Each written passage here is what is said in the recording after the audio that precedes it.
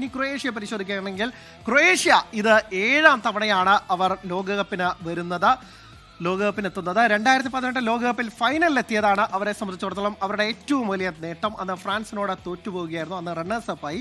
നിലവിൽ ക്രൊയേഷ്യയുടെ ഫോം പരിശോധിച്ചാൽ അവർ ഫിഫ റാങ്കിങ്ങിൽ 11ാം സ്ഥാനത്താണുള്ളത്. 11ാം സ്ഥാനം എന്ന് നോക്കുകയാണെങ്കിൽ ലൂക്ക മോഡ്രിച്ച് ഉൾപ്പെടുന്ന ആ സംഘം ഏറ്റവും മികച്ച ടീം തന്നെയാണ്. ഇനി അവരുടെ ഏറ്റവും പ്രധാനപ്പെട്ട താരം ഞാൻ പറഞ്ഞു നിർത്തിയത് ആ താരത്തിൽ തന്നെയാണ്, ലൂക്ക മോഡ്രിച്ച്.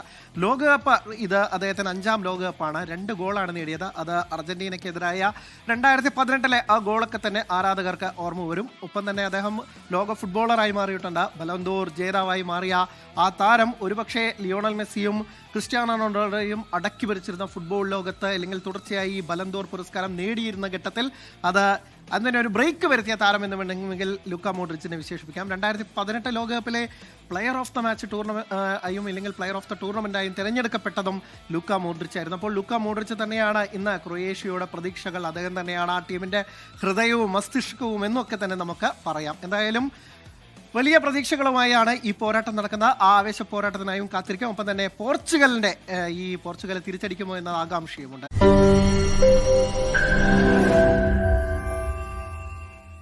ലോകത്തെവിടെയായാലും ഏത് സമയത്തും 24 വാർത്തകളും ഓഗ്മെന്റഡ് റിയാലിറ്റി പാക്കേജുകളും എക്സ്പ്ലെയിനറുകളും വിശദമായി കാണാൻ ഞങ്ങളുടെ യൂട്യൂബ് ചാനൽ നിങ്ങൾക്ക് സബ്സ്ക്രൈബ് ചെയ്യാം.